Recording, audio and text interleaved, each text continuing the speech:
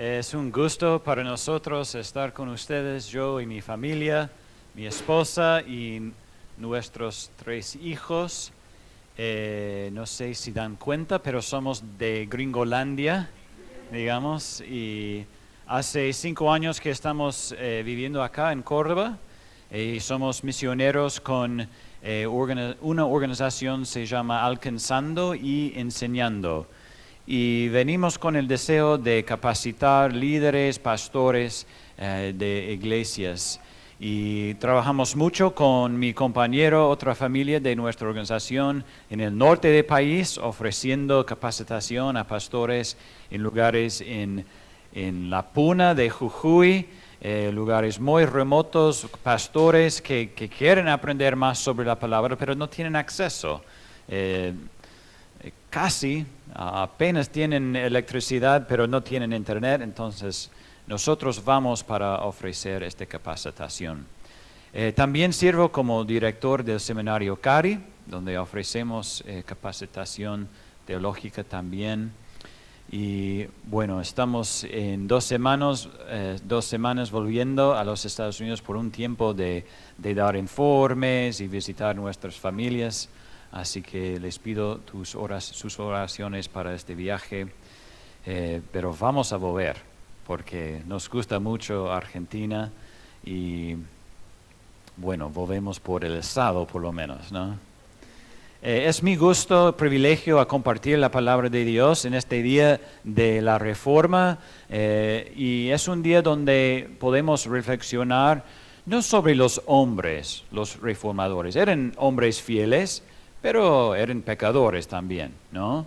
Pero lo que hicieron es volvernos a la palabra de Dios, ¿no? Es lo más importante.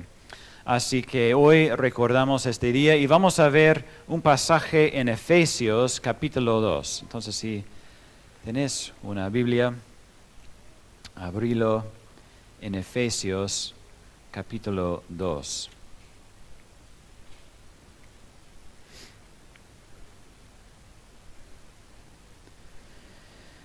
Entonces, cuando pensamos en la Reforma, es un momento de reflexionar sobre de dónde vienen los protestantes, qué es lo que nos diferencia de los católicos romanos, ¿no? Y la verdad es que si somos fieles a las Escrituras hoy, estas mismas verdades también nos harán diferentes de la mayoría de los otros protestantes, ¿no? Y hay realmente 5 verdades que a lo largo de los años hemos estudiado y que ayudan a definir, resumir de qué se trataba la Reforma. Los conocemos como las 5 solas de la Reforma. Y ahora estas 5 solas en realidad no fueron escritas durante la Reforma, o por ninguno de los reformadores, sino por algunos otros que miraban hacia atrás y dijeron, bueno, esto es lo que pasó durante la Reforma. Fue un intento de resumir lo que pasó. Entonces, ¿cuáles eran las cosas importantes que los reformadores estaban tratando de corregir? Y son 5 cosas realmente. Primero es la Escritura sola, que nos recuerde que la Biblia es nuestra máxima autoridad y nuestra autoridad final. Y puede ser útil recordar lo que no es esta idea de sola Escritura o la Escritura sola. No significa que debemos, como creyentes hoy en día, rechazar toda la tradición o ignorar la historia de la iglesia. A veces pensamos que la Escritura sola significa que cada generación y cada persona dentro de esa generación tiene que interpretar desde cero las Escrituras. Pero eso no es lo que es sola Escritura o la Escritura sola. Ciertamente podemos aprender mucho de los hermanos fieles que nos precedieron. No necesitamos rechazar todo lo que dijeron solo porque lo dijeron hace mucho tiempo. Más bien, esta idea de la escritura sola nos recuerda que las escrituras son nuestra autoridad final. Todo está bajo la autoridad de las escrituras. Toda tradición, toda historia, toda iglesia, toda denominación está bajo la autoridad de las escrituras. Si hay un desacuerdo entre la tradición o la historia o una confesión de fe y la Biblia siempre gana, ¿no? Tiene la autoridad final porque es la misma palabra de Dios. Bueno, entonces la escritura sola. La segunda sola es la gracia sola, que somos salvos por gracia en lugar de un mérito. No contribuimos nada a nuestra salvación. Tercera es la fe sola. Quizás en el que más pensamos cuando pensamos en la Reforma y particularmente cuando pensamos en Martín Lutero. Nuestra salvación es solo por fe. Somos declarados justos por nuestra fe en Cristo, no por obras, sino por fe. 4. En Cristo solo, que somos salvos por la muerte y la resurrección de Cristo, que nuestro pecado fue puesto sobre Él en la cruz y su justicia nos fue dada. Y al final, en latín, soli Deo gloria, es decir, a Dios solo sea la gloria.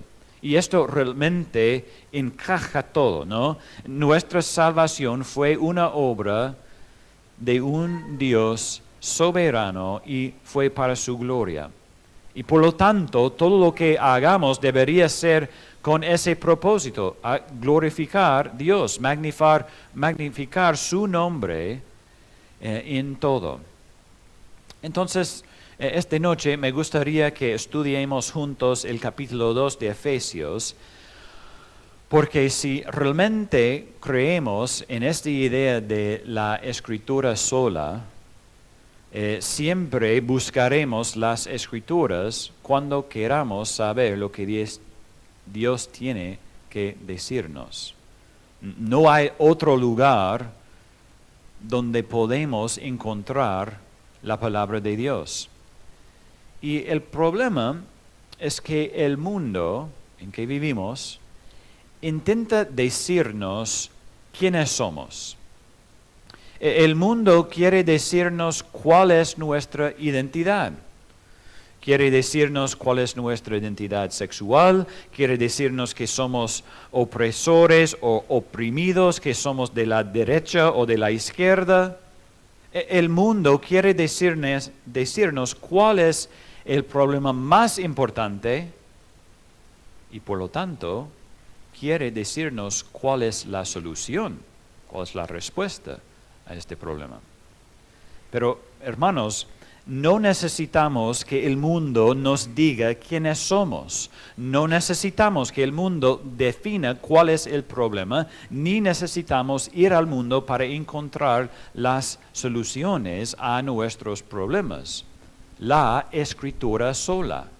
Sola Escritura nos recuerda que en la Biblia encontramos la palabra final y la palabra autoritaria de Dios para nosotros.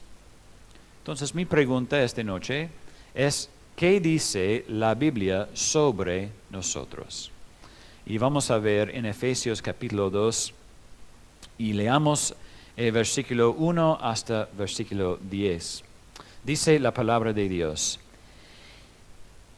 Y Él les dio vida a ustedes que estaban muertos en sus delitos y pecados, en los cuales anduvieron en otro tiempo según la corriente de este mundo, conforme al príncipe de la potestad del aire, el espíritu que ahora opera en los hijos de desobediencia. Entre ellos también todos nosotros en otro tiempo vivíamos en las pasiones de nuestra carne, satisfaciendo los deseos de la carne y de la mente, y éramos por naturaleza hijos de ira, lo mismo que los demás. Pero Dios, que es rico en misericordia, por causa del gran amor con que nos amó, aun cuando estábamos muertos en nuestros delitos, nos dio vida juntamente con Cristo. Por gracia ustedes han sido salvados. Y con Él nos resucitó y con Él nos sentó en los lugares celestiales en Cristo Jesús, a fin de poder mostrar en los siglos venideros las sobreabundantes riquezas de su gracia, por su bondad para con nosotros en Cristo Jesús.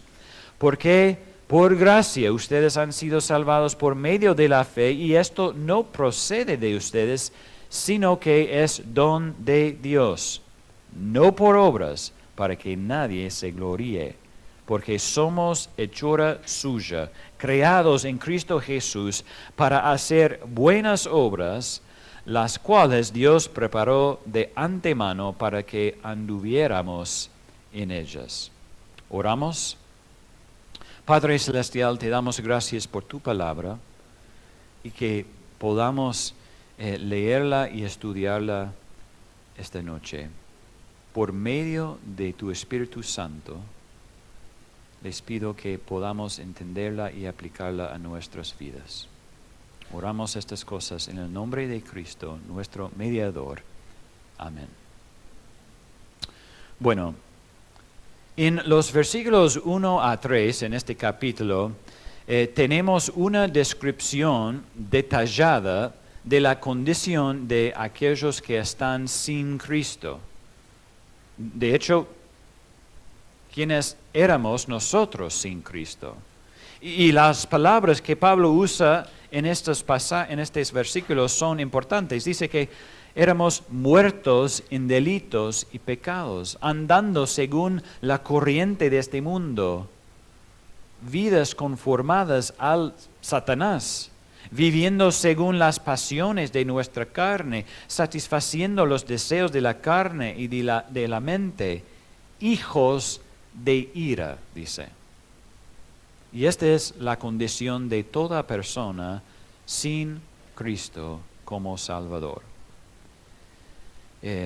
A menudo sucede algo extraño cuando se comete un crimen horrible.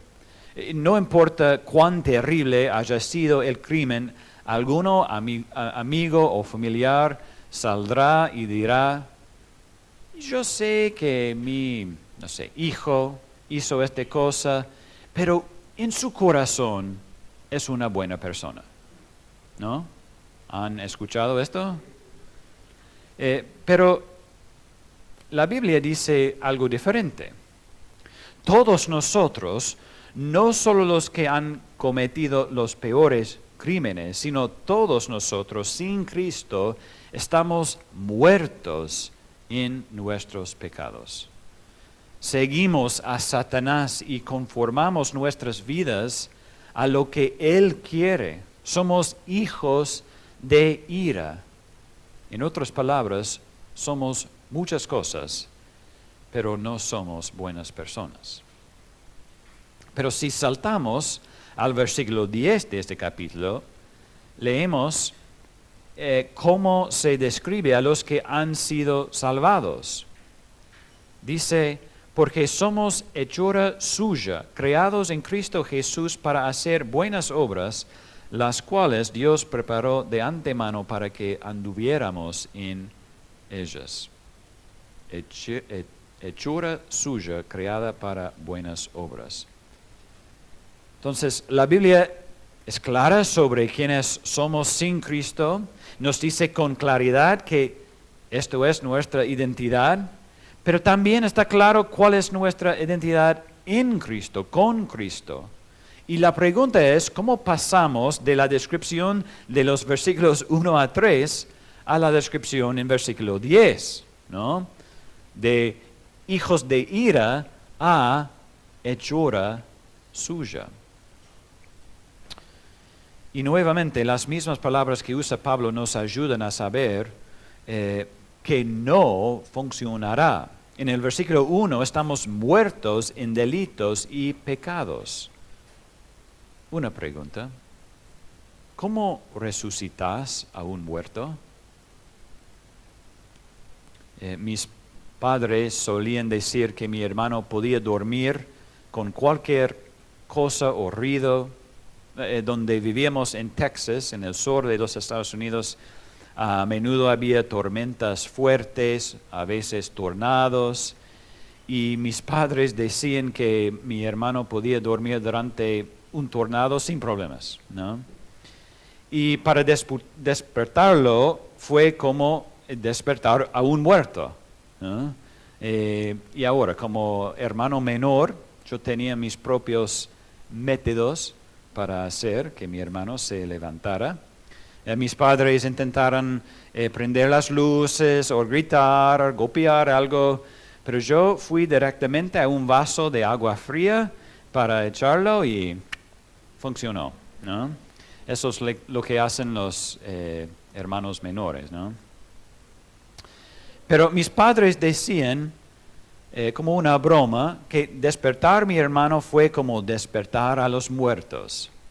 Y es una broma porque todos sabemos que no se puede levantar a los muertos. Si hoy vas a un cementerio y vas a una tumba y gritas y bailas, no sé, podés hacer cualquier cosa, pero nadie se va a levantar de su tumba. ¿Por qué? Porque están muertos. Y esa es nuestra condición espiritual fuera de Cristo. Y lo que necesitamos para tener vida no es alguien que nos grite o un plan de marketing. No necesitamos nada de eso. Lo que necesitamos es vida. Y solo hay uno que puede dar vida. Entonces, ¿cómo pasamos de los versículos 1 a 3 y esta descripción a versículo 10 y esta descripción? Y la respuesta, en un sentido, es que necesitamos solo a Cristo, solo la gracia y solo la fe. Y el énfasis de los 5 solas es que la salvación es un regalo de Dios. No es nada que ganemos o nada por lo que debemos obtener crédito. Es la obra de un Dios soberano. Es una obra de su gracia. Y lo vemos esto claramente en los versículos 4 a 9. El versículo 4 dice, pero Dios. Estas son 2 palabras muy poderosas. Los versículos 1 a 3 no ofrecen esperanza, pero en versículo 4, pero Dios, que es rico en misericordia, por causa del gran amor con que nos amó, aun cuando estábamos muertos en nuestros delitos, nos dio vida. Pero Dios. Qué poderoso estas palabras. ¿Y qué hizo este Dios soberano? Por su rica misericordia y su gran amor, nos dio vida juntamente con Cristo. Entonces vemos esta idea de Cristo solo. Debido a que éramos hijos de ira, no teníamos acceso a Dios. Estábamos separados de Él debido a nuestra pecaminosidad. E incluso con Cristo, en el momento de la Reforma, la Iglesia Católica enseñó que para tener acceso a Dios, sí necesitabas a Cristo, pero también necesitas algo más. Necesitabas otro mediador, y ese mediador era un sacerdote. Y como muchos de los errores de la Iglesia Católica, comenzaron como cosas pequeñas, pero se convierten en problemas mayores, porque puedes imaginar el poder que tiene alguien si puede decir, si quieres llegar a Dios, tenés que hacerlo por medio de Cristo, pero también por medio de mí. Entonces, debido a la clara enseñanza de las Escrituras, los reformadores rechazaron eso. Pablo escribe, Dios en su amor nos dio vida juntos en Cristo y nos dio el mediador, un sacerdote. No, no dice eso. Pablo escribe, nos dio vida juntos en Cristo Jesús. A través de su vida y muerte podemos tener vida. Y la gran verdad del Evangelio es que al que no conoció pecado, lo hizo pecado por nosotros para que fuéramos hechos justicia de Dios en él. Hermanos, en la cruz de Cristo, nuestro pecado es puesto sobre Cristo. Nuestras transgresiones y pecados son puestos sobre Él y Él sufre el castigo que merecemos por esos pecados. Y somos perdonados. Pero hay más en la cruz de Cristo. No solamente se le imponen nuestros pecados, sino que se nos acredita su rectitud, su perfecta obediencia. Entonces, para aquellos que están en Cristo, cuando Dios nos mira, no ve nuestro registro de pecado. No nos ve como hijos de desobediencia, más bien nos ve como sus hijos. Él ve la perfecta rectitud de Cristo. Hemos sido vivificados junto con Cristo, solo por la obra de Cristo. Solo porque Él vivió una vida perfecta y luego murió como un pecador en una cruz, podemos ser resucitados. Y por eso, porque estamos junto con Cristo, no necesitamos un mediador, como ya leímos, porque hay un solo Dios y también un solo, ¿qué? Mediador entre Dios y los hombres, Cristo Jesús. No hay otro, solo Cristo. Dijeron los reformadores, y dice este pasaje, pero Dios, que es rico en misericordia por causa del gran amor con que nos amó, aun cuando estábamos muertos en nuestros delitos, nos dio vida juntamente con Cristo. Continuando, vemos claramente que la salvación es solo por gracia. En el versículo 5 dice, por gracia ustedes han sido salvados. Versículo 9, no por obras para que nadie versículo 8, porque por gracia ustedes han sido salvados por medio de la fe, y esto no procede de ustedes, sino que es don de Dios, no por obras, para que nadie se gloríe. Y para ser justos, la Iglesia Católica no enseñó que la salvación fuera solo por obras. Creían que era la gracia de Dios, pero también tus buenas obras. Para ser salvo, podés confiar en la gracia de Dios y en su mérito. Pero, como acabamos de leer, agregar cualquier cosa a la gracia es un completo rechazo de lo que dice la Biblia. No es por obras, es por gracia. Dios en su bondad amorosa, en su voluntad soberana, eligió salvar. Y es completamente su obra la salvación. Si agregamos algún requisito o algún mérito, ya no es gracia. Es algo diferente. Y si bien nos parece obvio, quizás, que la salvación es por gracia, y bueno, por una razón, la idea de que la salvación es por gracia es obvio para nosotros, porque los reformadores lucharon para recuperar esta importante doctrina, ¿no? Entonces, para nosotros hoy en día, por supuesto, la salvación es por gracia. Bueno, es porque ellos lucharon sobre esta doctrina. Pero también es obvio para nosotros porque tenemos una Biblia que podemos leer. Y durante el tiempo de la Reforma no tenían una Biblia en su idioma, o la mayoría no pudieron leer. Así que es una gran bendición que podemos tener una Biblia en un idioma que podemos entender. Y más, en español hay como 19 diferentes versiones. No tenemos excusa para no leer y estudiar la Biblia, ¿no? Entonces podemos leer y entender claramente que dice, por gracia han sido salvados. Pero por muy claro que sea, todavía luchamos, creo, con esta verdad, que la salvación es por gracia. Siempre estamos buscando formas de contribuir a la salvación. Es como queremos ganarla de alguna manera. Y Dios me enseñó más sobre la idea de la gracia cuando comenzamos como familia a levantar fondos para ser misioneros, para mudarnos acá, hace más que 5 años ya. Visitábamos diferentes iglesias o familias y experimentamos tanta generosidad que simplemente no sabíamos cómo responder.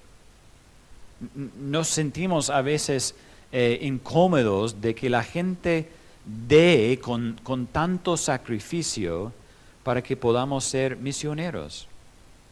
Y sin embargo no había forma de dar a cambio. Quería ganarlo o merecerlo, pero lo daban gratis. Y para ellos realmente fue un regalo y no había forma de nuestra parte de devolverlo. Y eso es gracia, es este sentido de que has recibido algo y querés decir gracias o hacer algo para meritarlo y es imposible. Es abrumador pensar que Dios pudo ser tan misericordioso. Nos sentimos tan abrumados que pensamos que tenemos que hacer algo para merecerlo. Pero no merecemos la gracia y hermanos, nunca vamos a merecer la gracia, ¿no? Por eso se llama gracia. Y conozco a muchas personas que han luchado con el mensaje del Evangelio, no por la idea de que Dios tiene ira por los pecadores, ni nada de eso. Luchen con el Evangelio porque no pueden imaginar la gracia de Dios. No pueden imaginar que un Dios santo los perdonaría únicamente por gracia. Pero eso es el mensaje del Evangelio. Es por gracia, sola gracia. También vemos en este pasaje la idea de sola fe. En el versículo 8 leemos, porque por gracia ustedes han sido salvados por medio de la fe. Y esto no procede de ustedes, sino que es don de Dios, no por obras para que nadie se gloríe. Una vez más, la Iglesia Católica nunca enseñó que la salvación era 100% por obras. Pero sí enseñaron y todavía enseñan que la salvación es por fe y obras, las dos cosas. O que somos justificados por la fe y nuestras obras. Entonces, esta sola es la más conocida porque a menudo recordamos cómo Lutero enfatizó la justificación por fe. Y como hemos visto, nuestro problema es que nuestro pecado nos ha separado de un Dios santo. Dios es santo y no puede ver o estar cerca del pecado. Entonces, nuestro problema es que nosotros somos pecadores y Dios es santo. Y no tenemos esperanza. En cierto sentido, hay dos opciones. Podemos vivir una vida perfecta o podemos confiar en alguien que ha vivido una vida perfecta y pagó el castigo por nuestro pecado en nuestro lugar. ¿Y qué pasa con la primera opción, que nosotros vivimos una vida perfecta? ¿Podemos vivir una vida perfecta? A menudo le pido a la gente que solo considere los 10 mandamientos. Saben lo que son, ¿no? ¿Y cuántos de ustedes pueden decir que no han quebrantado uno de los 10 mandamientos, incluso hoy? ¿Alguien quiere levantar su mano?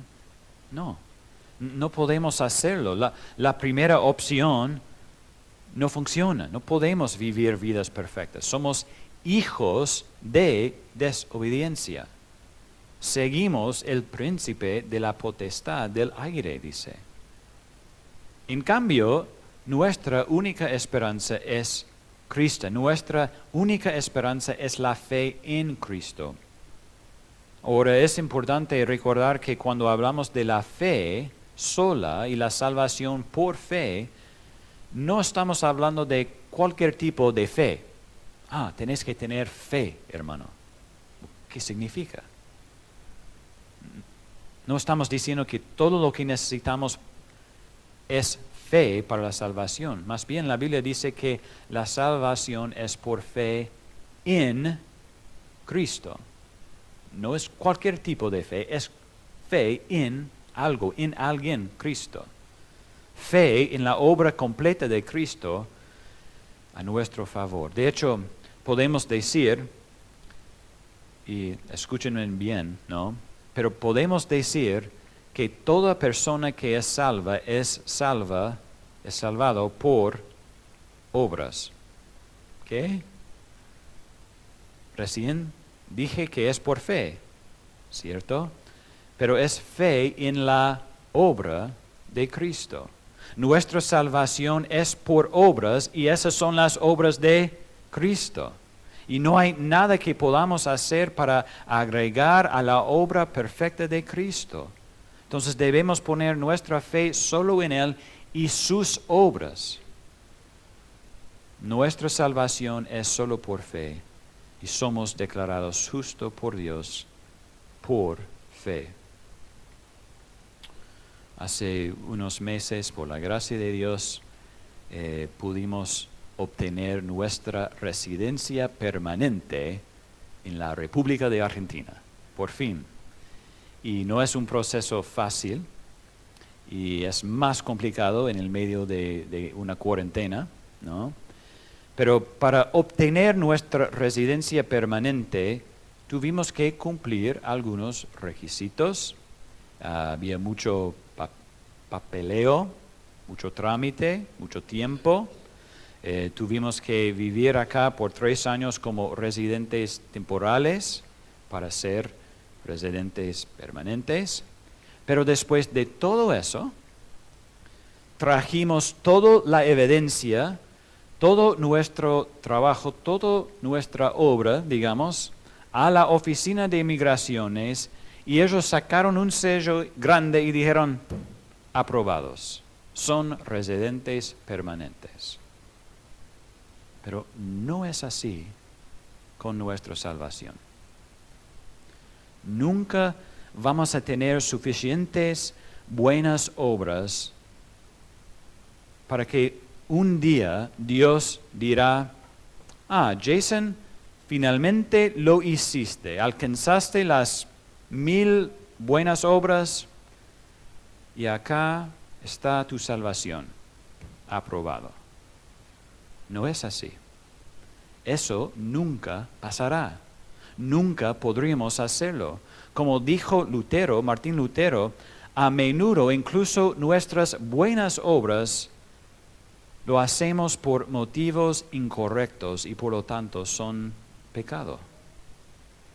Nuestra única esperanza es fe en Cristo y fe en su obra en la cruz. Solo fe, no por obras, sino por fe. Así que pasamos de los versículos 1 a 3 al versículo 10, debido a la obra de gracia de un Dios soberano. Pero leamos de nuevo lo que dice el versículo 10. Dice, porque somos hechura suya, creados en Cristo Jesús para hacer buenas obras, las cuales Dios preparó de antemano para que anduviéramos en ellas. Así que Pablo termina de hablar de que la salvación es por gracia a través de la fe en Cristo y no por obras. Y luego dice que fuimos creados ¿para qué? Para buenas obras. ¿Cómo puede ser? Bueno, aquellos que han sido salvos por Cristo querrán vivir para su gloria.